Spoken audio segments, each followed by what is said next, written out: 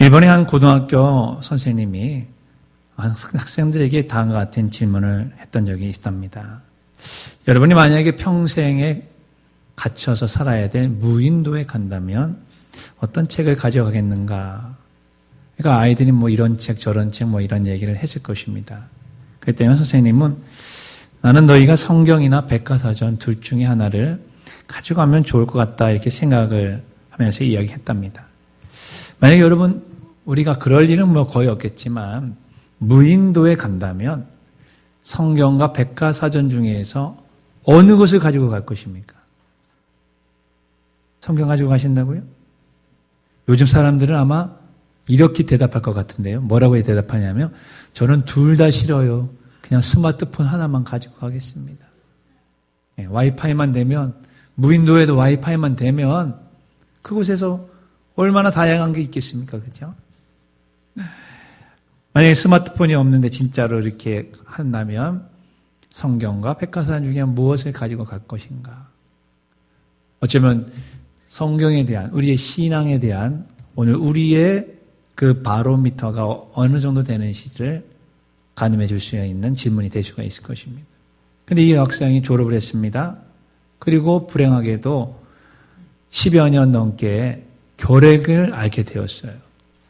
결핵을 앓으니까 계속 병상에만 누워있자만 되지 않겠습니까? 그러니 분명히 사람은 있는 병실이지만 사람이 있는 집이지만 침대에 누워서 혼자 대부분의 시간을 보내야 되는 그곳이 무인도와 별반 다를 것이 없다는 생각이 들었던 것 같아요. 그러니까 이 여학생이 그 여인이 그러면 성경과 백과사전 중에서 내가 뭐를 선택할까 하다가 성경을 선택해서 읽기를 시작했습니다. 성경을 읽으면서 예수 그리스도의 구속의 은혜와 십자가의 놀라운 은혜를 경험하게 되고 제 용서함을 확인을 하게 되었습니다. 하나님의 사랑 또한 사람들을 사랑해야 된다고 하는 그 마음을 얻게 되었습니다. 무엇보다도 10여 년 넘게 그 병상 중에 있으니까 얼마나 지치겠습니까?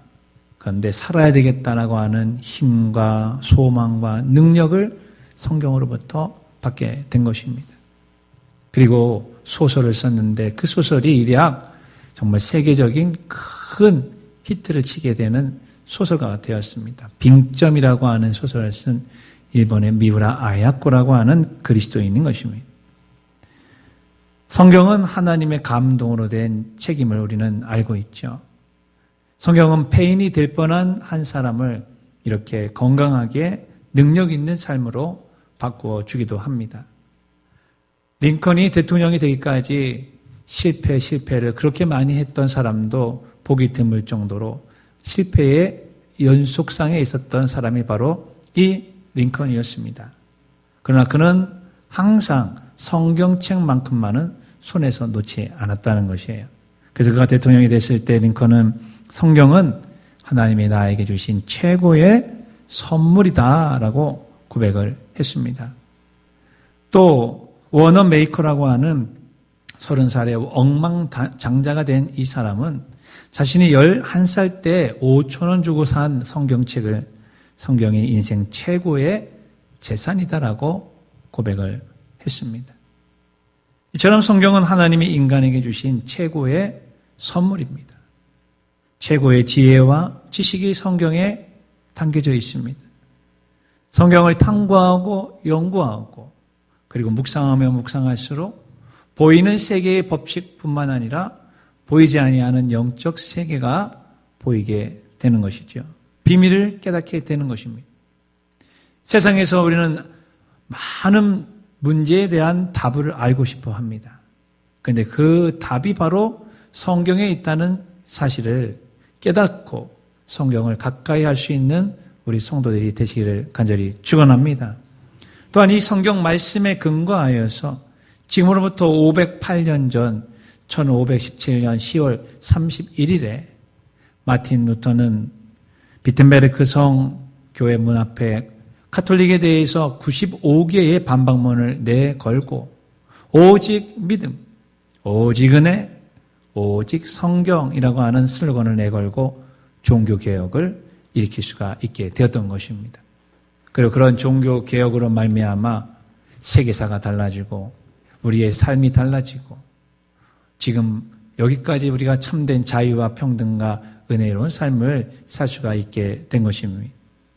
그리고 이번 주가 바로 종교개혁 주일로 지키게 되어져 있는 주간인 것입니다. 성경은 이 세계와 인생에 대한 답을 제공해 주는 하나님의 말씀인 줄로 믿으시길 바랍니다. 그러므로 답을 찾고자 하는 분이 있다면 그 어떤 답이든 간에 상관이 없이 성경을 읽어보십시오. 성경을 연구해 보십시오. 그리고 성경 인물 가운데 우리의 인생의 답을 제시해주고 그 이름에 이미 답을 내포해주고 있는 한 여인을 여러분이 만나게 될 것입니다. 바로 그 여인의 이름이 답이다라고 하는 오늘 본문에 나오는 여인이 되는 것입니다. 그래서 저는 오늘 이 답이다라고 하는 이 한 여인을 통해서 우리가 인생에 품고 있는 그 답을 어떻게 찾을 수 있는가, 이것을 세 가지로 말씀을 드리면서 오늘 설교의 제목을 다음과 같이 정하게 되었던 것입니다. 한번 있습니다. 예, 답이다가 답이다. 답이다가 답인 것입니다. 그러면 도대체 무슨 답이 될까? 여러분과 같이 한번 세 가지를 알아보겠습니다. 첫 번째 있습니다. 답이다는 왜 사는가에 대한 답입니다. 왜 살까요? 여러분, 우리 스스로에게 질문을 던지기도 하고 또한 타인이 우리에게도 질문을 던지기도 하죠. 당신은 왜 살아요? 또 우리 자녀들에게 특별히 공부도 안 하고 일도 안 하고 문제가 많은 자녀들이 있다면 야, 너 왜 사냐? 이런 질문 하잖아요. 그죠? 힘들고 어렵고 지치고 그리고 행복하지 않다 생각할 때 나는 지금 왜 살고 있을까? 이 질문을 분명히 우리는 던지고 있는 것입니다. 그 질문에 대해서 태어났으니까 그냥 사는 거죠. 제일 많은 대답일 겁니다. 태어난 것도 나의 의지가 아니고 죽는 것도 나의 의지가 아니고 사는 것도 나의 의지가 아니니까 그냥 살지요. 이렇게 대답할 수 있는 사람들이 있고요. 또 너무 힘든 사람들은 죽지 못해 삽니다. 지난 한 주 죽지 못해 살다가 오늘 예배에 오신 분들 있으십니까? 그러면 죽지 마시고 살아나시기를 간절히 축원합니다. 특별히 병 중에 계신 분들은 이런 마음이 그냥 저절로 들 겁니다. 왜? 너무 아프니까, 괴로우니까, 고통스러우니까, 그냥 정말 죽지 못해 산다는 이 이야기. 그리고 그것을 바라보는 가족들, 거기에 경제적으로 어렵고 힘들고 또 병수발하느라 에너지와 모든 힘이 다 빠져있는 그런 상황이라면 정말 죽지 못해 삽니다. 이 말이 남의 말이 아닐 것입니다. 조금 더 나아가서 목적을 가지고 있는 사람들 중에는 그래요. 그래도 내가 성공하기 위해서 살지요. 행복하기 위해서 삽니다. 다른 사람을 도와주기 위해서 삽니다. 여러 가지로 왜 사는가에 대한 이 질문에 답을 만들어 가려고 하는 것입니다. 사실 왜 사는가라고 하는 이 질문은 우리 인생의 목적과 목표와 방향에 대한 질문을 던지고 있는 것입니다. 그리고 이 질문에 대해서 나름대로 올바르게 그리고 정확한 해답을 갖지 않게 된다면 사람은 누구나 방황하는 인생을 살 수밖에 없게 되는 것입니다. 방황하는 사람은 방랑자가 될 수 있습니다. 방랑자는 시간과 물질을 허비할 수 있는 방탕자로 흘릴 수가 있게 되는 것입니다.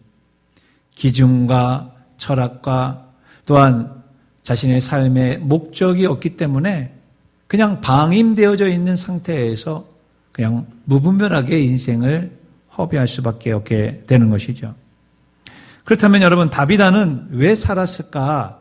오늘 성경은 우리에게 다음과 같은 대답을 주고 있는 것입니다. 사도행전 9장 36절을 같이 읽습니다. 요바에 다비다라는 여자가 있으니 그 이름을 번역하면 도르가라. 선행과 구제하는 일이 심히 많더니. 네, 다비다라는 이름은 히브리식 이름이고요. 이 헬라식 그리스의 이름은 도르가라 이렇게 되어져 있어요. 도르가라고 하는 그 이름의 뜻은 영양, 양 있죠. 양, 음매하는 양, 영양이다. 그런 의미를 갖고 있습니다. 다비다는 여제자였다라고 하는 이 말이 왜 사는가에 대한 답을 우리에게 주고 있는 것입니다. 다비다는 예수 그리스도를 영접한 그리스도인이었습니다. 그리고 신실한 신앙인이었습니다. 다비다는 진리 대신 예수님을 영접하고 그 진리 안에서 살아가며 진리를 따라 살아가고 진리 안에서 자유를 발견했던 한 여인이었던 것입니다. 오늘도 예수님께서는 오늘 우리 모두에게 다음과 같이 초청을 하고 계실 것입니다. 마가복음 1장 17절에 보면은 나를 따라오너라 내가 너희로 사람을 낚는 어부가 되게 하겠다라고 말이죠. 이 질문과 이 초청에 여러분이 응답을 하고 오늘 이 자리에 나오셨을 것입니다. 그래서 예수 그리스도를 알고 영접한 그리스도인이 되는 것이죠. 그러나 그리스도인이 되었다고 해서 모두가 다 예수 그리스도의 제자가 되는 것은 아닌 것입니다. 예수님의 제자가 되는 것은 그거보다도 또 다른 문제가 우리에게 있게 되는 것입니다. 마태복음 6장 33절 보면 예수님은 너희는 먼저 그의 나라와 그의 의를 구하라고 말씀하고 계셔요. 또 누가복음 9장 23절 보게 되면 아무든지 나를 따라오려거든 나를 자기를 부인하고 날마다 자기의 십자가를 지고 나를 따르라고 우리에게 초청을 하셨습니다. 예수 그리스도를 믿고 마음의 평안을 누리고 또 삶의 기쁨과 행복을 누리는 것 좋습니다. 그리고 빛 가운데 거하며 빛의 자녀가 된 것 너무너무나도 잘된 것입니다. 그러나 예수님께서는 우리에게 더 나아가 나의 제자가 되어서 이 세상에 복음을 전파하고 많은 사람들을 하나님의 나라로 인도해 주기를 바라고 원하고 계시는 것입니다. 그래서 예수님의 제자가 된다는 것은 예수님께 모든 것을 맡기는 것을 의미하는 것이죠. 맡길 때 편안해집니다. 맡길 때 쉼을 얻습니다. 맡길 때 쉬운 것입니다. 맡길 때 가벼워지는 것입니다. 맡길 때 책임감에서 벗어나서 푸근해질 수가 있게 되는 것입니다. 예수님께서는 마태복음 11장 28절에 28절부터 30절까지를 같이 한번 읽습니다. 수고하고 무거운 짐진 자들아 다 내게로 오라. 내가 너희를 쉬게 하리라. 나는 마음이 온유하고 겸손하니 나의 멍에를 메고 내게 배우라. 그리하면 너희 마음이 쉼을 얻으리니 이는 내 멍에는 쉽고 내 짐은 가벼움이라 하시니라. 그렇죠. 맡길 때 쉽고 가벼워지고 쉼이 있고 편안해지고 책임감에서 벗어나게 된다 하는 것입니다. 예수님의 제자가 된다는 것은 나의 모든 것을 예수님께 맡기는 것입니다. 여러분에게 지금 주님께 맡기지 못하는 것이 무엇이 있습니까? 건강이십니까? 자녀들입니까? 직장과 사업장에 잘 되고 안 되는 것입니까? 돈입니까? 아니면 내 마음에 있는 내가 바라고 원하는 세상적인 즐거움, 쾌락입니까? 무엇을 주님께 못 맡기고 있는 것입니까? 그것을 맡길 때에 제자로서의 삶을 잘 살아갈 수 있게 됩니다. 그러면서 제자가 될 때에 예수님께서 우리 인생을 책임져 주신다는 것입니다. 우리가 그리스도인을 넘어 예수 그리스도의 제자가 되는 삶을 살아가게 된다면 나는 오늘 왜 사는가? 그 질문에 대한 답을 다비다로부터 얻을 수가 있게 되는 것입니다. 다비다는 여제자였다라고 하는 이 단 한마디 문장 속에 다비다의 인생의 목적, 인생의 방향, 인생의 가장 궁극적인 그 목표는 바로 예수 그리스도 진리 안에서 사는 제자가 되었다는 사실을 꼭 기억하시면서 우리도 왜 삽니까? 이 질문에 다비다를 통해 답을 하시기를 간절히 축원합니다. 두 번째는 같이 읽습니다. 다비다는 어떻게 사는가에 대한 답이다. 네, 어떻게 살아가야 할까? 왜 살아야 되는가라고 하는 이 질문에 대한 답을 얻는 사람은 두 번째 어떻게 사는가에 대한 답도 쉽게 얻을 수 있습니다. 하지만 왜 사는지 모르는 사람은 그냥 막 살 것입니다. 내가 왜 살았지? 내가 왜 태어났지? 내가 어디를 가고 있지? 죽으면 어떻게 되지? 이 모든 것에 대한 명확한 확실한 확신이 없는 사람은 그냥 느끼는 대로, 감각이 이끄는 대로, 생각하는 대로 그렇게 살아갈 수밖에 없게 될 것입니다. 그래서 우리의 인생의 이 기준, 인생의 선이라고 하는 것은 엄청 중요한 것입니다. 우리는 다 자가용을 집집마다 가지고 있고 마이카 시대를 넘어서 한 가정에 자가용이 2대, 3대, 4명이면 4대가 있는 그러한 진짜 나만의 자동차를 소유하고 그렇게 생활하고 있는 시대에 살고 있습니다. 그러니 여자나 남자나 선이 얼마나 중요한지를 다 알고 있어요. 특별히 선 중에서 하얀 선보다 노란 선이 너무 중요하다는 사실을 쉽게 여러분이 인식하고 있을 것입니다. 노란 선은 무슨 선이에요? 도로에서 중앙선입니다. 흰 선은 그래도 점선하고 왔다 갔다 할 수가 있습니다. 그러나 도로에 놓여져 있는 노란 선, 그냥 선입니다. 하지만 술을 먹거나 약물 복용을 했거나 정신이 헷가닥해가지고 약간 미치지 않는 이상은 그 노란 선을 담대하게 넘어갑니까? 못 넘어갑니까? 왜 못 넘어가요? 선인데. 그냥 선이잖아요. 근데 왜 못 넘어가십니까? 그것은 선이 아니라 그 선을 넘어가는 순간 그 뒤에 와야 되는 후폭풍이 어떤 것인가를 우리는 다 알고 있는 것입니다. 기준이라는 것이 기준.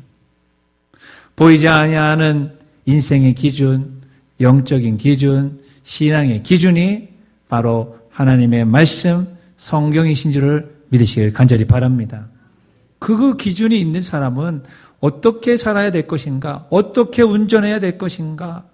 그냥 내 마음대로, 멋대로, 기분 낙히는 대로 그냥 유턴해버리고 좌회전할 때 우회전해버리고 신호 무시하고 그냥 막 가고 그러면 요행스럽게 몇 번은 여러분 피해갈 수 있을 것입니다. 하지만 제가 애원합니다. 그런 사람은 언젠가 반드시 사고 납니다. 맞아요? 틀려요? 맞습니다. 이런 게 애원입니다. 다른 게 애원이 아니에요. 그렇다면 다비다는 어떻게 살았을까? 오늘 우리에게 답을 주고 있는데 9장 36절을 같이 읽습니다. 요파에 다비다라는 여제자가 있으니 그 이름을 번역하면 도르가라. 선행과 구제하는 일이 심히 많더니. 네, 이 다비다는 예수님의 제자였고 또한 예수 그리스도를 잘 따라가는 사람이었으면서 선행과 구제하는 일이 심히 많았다.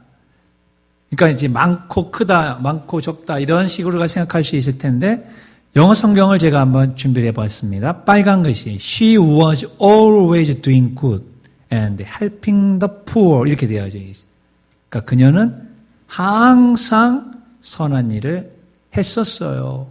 가난한 사람을 도와주는 일을 항상 했었습니다. 이런 뜻입니다. 즉 다비다는 선행과 구제하는 이 믿음의 행위를 계속해서 하는 사람이었습니다. 한때만 한 것이 아니었어요. 자기가 하고 싶을 때, 자기의 마음이 동할 때, 자기가 깨달아졌을 때, 자기가 어떠한 하고 싶은 의지력이 있을 때, 그때만 한 것이 아니라 때로는 하기 싫을 때, 어려울 때, 포기하고 싶을 때, 그때에도 계속해서 선행과 구제의 그리스도인으로서의 경건한 삶을 살아갔다는 것입니다. 여러분 우리는 어떻습니까? 우리가 예수님을 믿고 그리스도인이 되고 제자로서의 삶을 살겠다고 결단을 하면서 이와 같은 선행과 구제하는 이 일들을 계속적으로 꾸준히 그리고 포기하지 않고 끊임없이 살아가고 있습니까? 이것을 우리는 생각해 봐야 된다는 것입니다. 그래서 믿음은 진행형이며 미래를 향해 나아가는 것입니다. 믿음은 과거형이 아닙니다. 믿음은 현재 완료형도 아닙니다. 계속 진행형인 것입니다. 그래서 나 목사님 옛날에 믿음이 좋았습니다. 이 말은 틀린 말입니다. 목사님 저는 지금도 믿음의 길로 가고 있고 믿음의 충만함을 원하고 있고 그리고 그 믿음의 행위를 지금도 계속해서 가고 있습니다. 이 고백이 우리 모두의 고백이 되시기를 축원합니다. 선을 행하고 가난한 사람을 도와주는 현재 진행형 인생을 살 것인가? 반대로 악을 행하고 가난하고 불쌍한 사람들의 등골을 빼먹는 현재 진행형 인간을 살 것인가? 이것을 우리가 결단해야 된다 하는 것입니다. 어떻게 살아가는가? 돈만 많이 벌면 되겠다. 아니죠. 그거는 예수 믿는 사람들의 가치관이 아닙니다. 어떻게 살면 되겠다. 그냥 부귀영화 누리고 권력 가지면 되겠죠. 그것이 아닙니다. 하나님이 원하시고 하나님이 바라시고 하나님의 뜻대로 살아가는 그러한 경건한 그리스도인이 되는 것. 이것이 바로 다비다가 오늘 우리에게 주는 질문의 답인 것입니다. 깨달으시기를 주의 이름으로 축원합니다. 사도행전 10장에 보게 되면 가이사랴의 고넬료라고 하는 사람이 나옵니다. 이달리아의 백부장, 로마의 백부장, 이방인입니다. 근데 그가 유대교의 하나님을 믿었어요. 그래서 그는 경건했습니다. 그리고 기도하고 구제하고 항상 남을 많이 도와줬다고 성경은 기록합니다. 그래서 하루는 제9시 오후 3시에 기도를 하고 있는데 하나님의 사자가 나타나서 고넬료야 고넬료야 하고 불렀습니다. 그러면서 하는 말이 바로 4절입니다. 4절이 있습니다.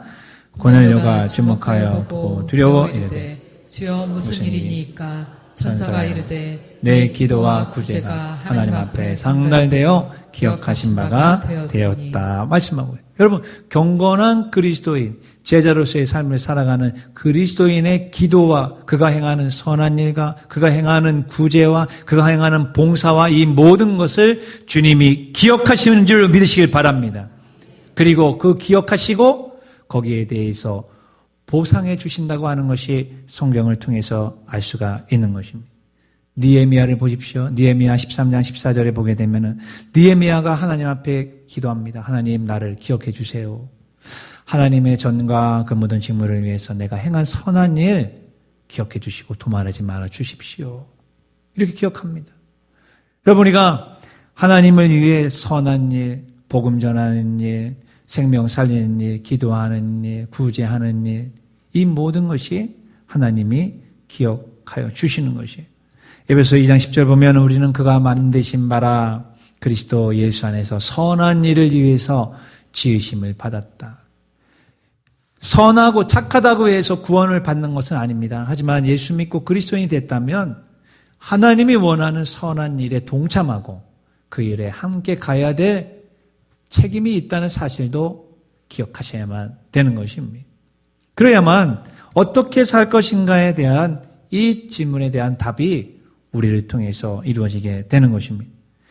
우리가 믿는 예수 그리스도께서도 이미 그렇게 생활하셨습니다. 사도행전 10장 38절 보면 하나님이 나사렛 예수에게 성령과 능력을 기름 붓듯 하시매 그가 두루 다니시며 선한 일을 행하시고 마귀에게 눌린 모든 사람을 고치셨으니 이는 하나님이 함께 하셨다. 예수님은 두루 다니며 선한 일을 하는 반면에 사탄 마귀 귀신은 두루 다니면서 삼킬 자를 찾는 것입니다. 유혹해서 타락시키는 것입니다. 그러므로 다비다가 두 번째 어떻게 살 것인가에 대한 답을 우리에게 주었던 것은 그는 바로 예수 그리스도 안에서 진리 안에서 성령 안에서 성령 충만한 삶을 삶으로 주님이 기뻐하시는 삶을 살았다는 것입니다. 오늘도 우리가 그런 삶을 살기를 간절히 원합니다. 세계적인 법조인이었던 이 칼 힐티라고 하는 사람이 있는데요.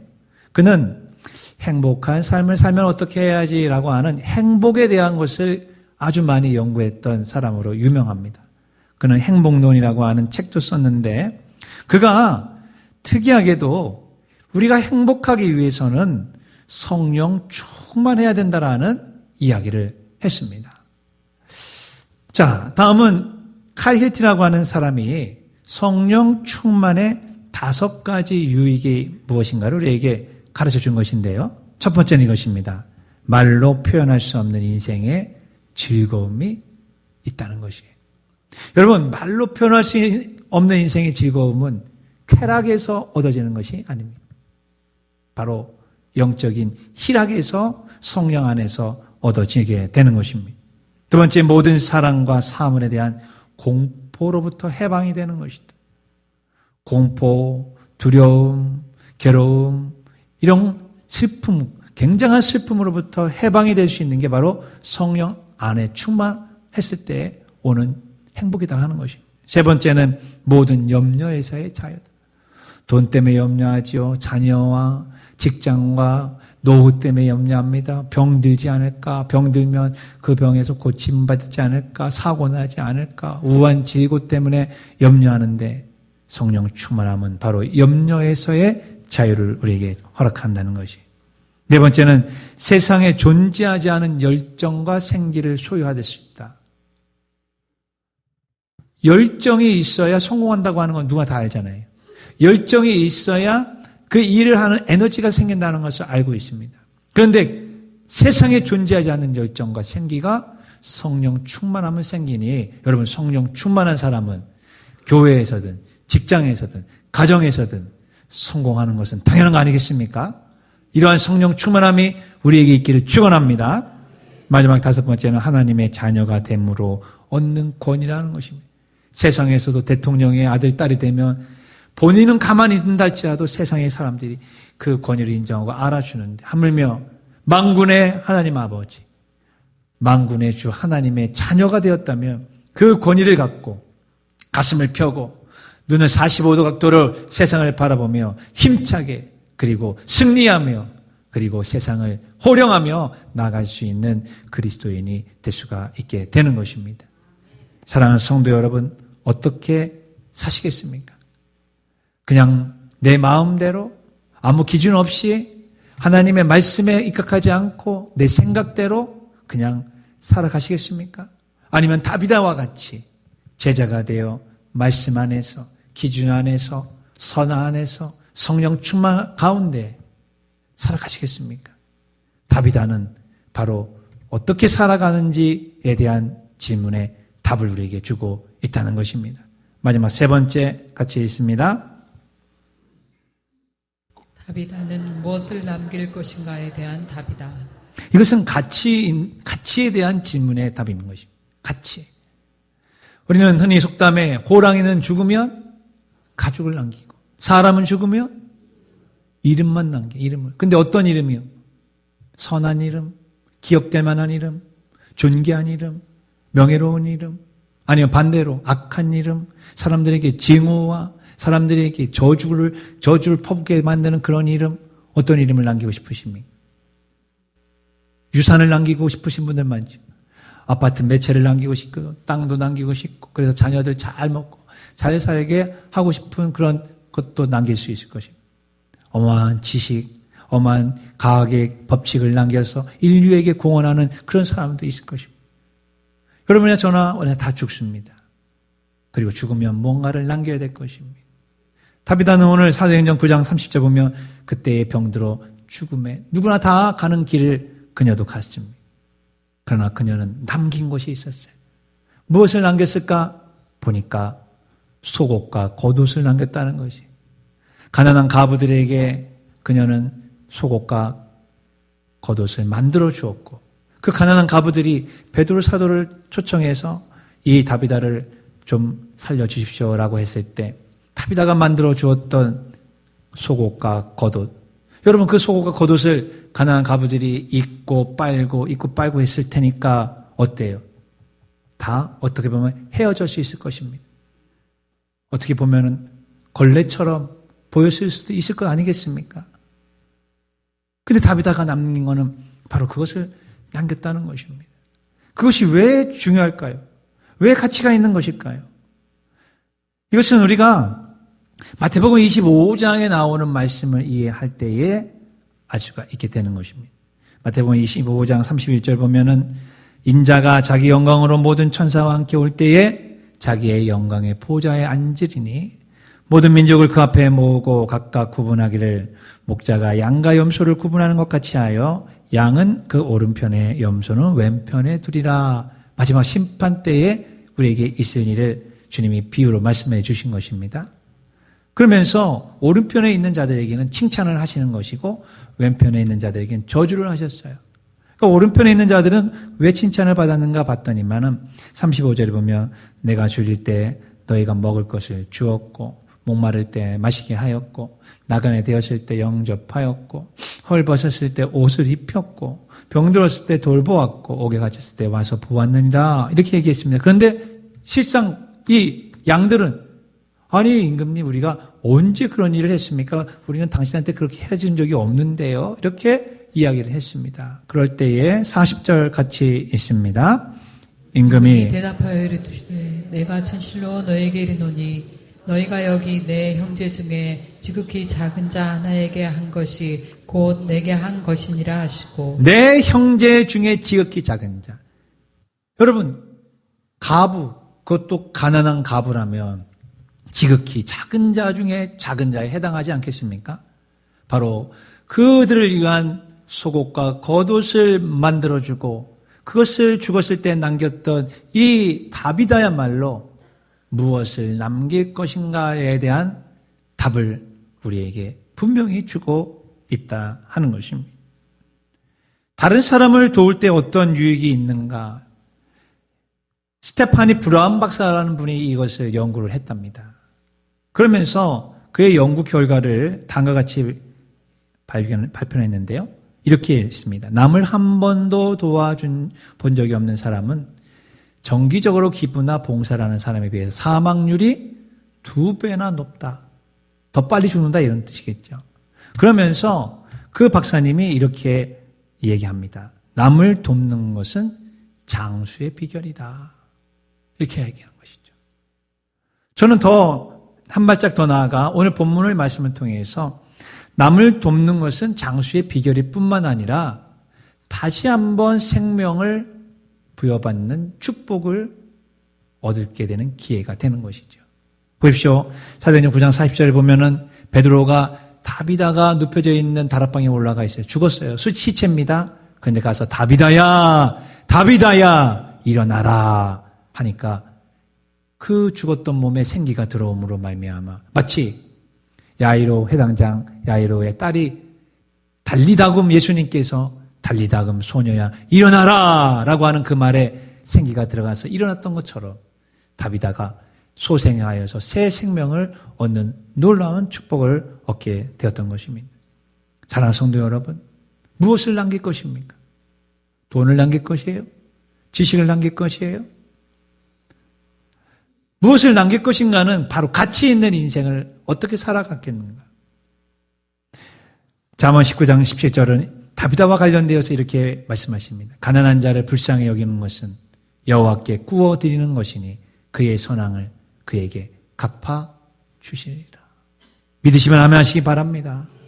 또한 잠언 22장 4절 말씀 외우시기 바랍니다. 읽습니다.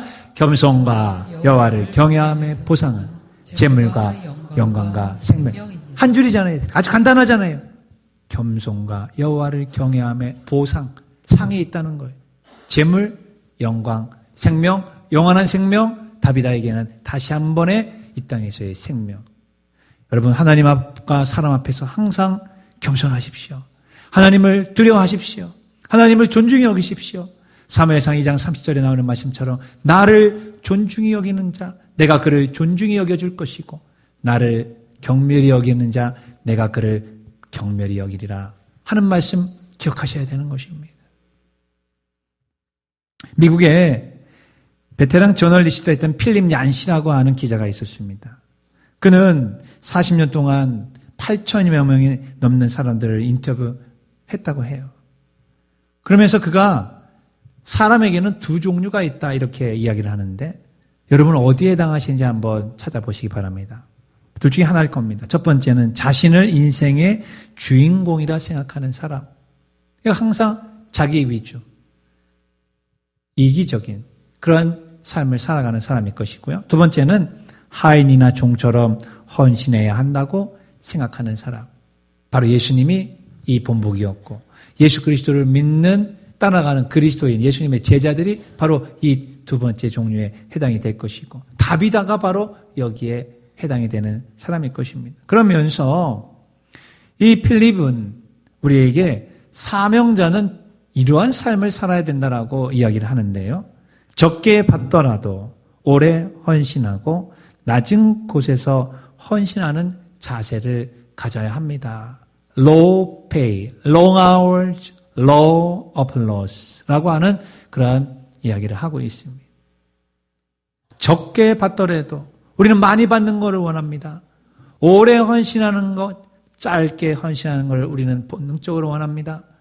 낮은 곳에 헌신하기보다는 높은 곳으로 가는 것을 원하는 그런 인간 본능적인 것을 반대로 하면서 정말 주님이 원하시는 다비다가 살았던 무엇을 남길 것인가 라고 하는 이 질문에 이 답에 우리도 반응하기 위해서는 이와 같은 삶을 살아야 된다는 것이. 어떻게 해야 이것이 가능할까요?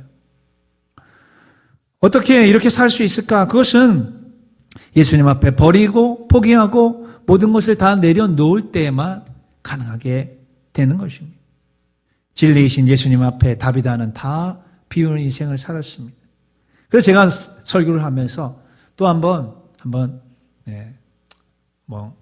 깊이 생각을 해보면서 이런 아이디어가 떠오르더라고요. 다비다는 어떻게 이런 삶을 살았지? 그래서 제가 우자를 한번 그냥 그 이름에다가 집어넣어 봤습니다. 그랬더니만 다 비우다. 다 비우는 인생. 다비다가 주님 앞에서 가장 가치 있는 인생을 살아가고 세상의 어떠한 정욕이나 쾌락이나 부귀영화나 또 세상의 권력이나 세상이 바라고 원하는 것들을 추구하지 않을 수 있었던 것은 바로 진리 안에서 다 비우는 인생을 살아갔다 하는 것입니다. 그렇습니다, 여러분. 오늘 말씀을 정리합니다. 욥바에 살았던 예수님의 여제자 이 다비다는 모든 인간이 태어나서 죽을 때까지 찾는 답을 찾았던 다비다의 인생이었어요. 그 해답대로 그는 살았습니다. 우리가 인생을 살면서 찾는 해답이 무엇입니까? 왜 사는가에 대한 우리는 답을 얻고 싶어 합니다. 다비다가 바로 그 답입니다. 어떻게 살아야 될 것인가에 대한 답도 우리에게 다비다가 주고 있고요. 무엇을 남길 것인가에 대한 답도 우리에게 다비다는 주고 있는 것입니다. 그래서 오늘 설교의 제목은 다비다가 답입니다. 다비다가 답인 것입니다. 또한 다비다는 예수님 앞에서 자신의 있는 모든 것들을 다 비우는 인생을 견지했습니다. 그러므로 말미암아 베드로 사도로 인해서 제2의 인생을 살 수 있는 놀라운 축복을 받게 된 것입니다. 이러한 다비다가 오늘 다비다가 주는 인생의 그 해답이 우리에게도 그대로 해당되시기를 주의 이름으로 축원합니다.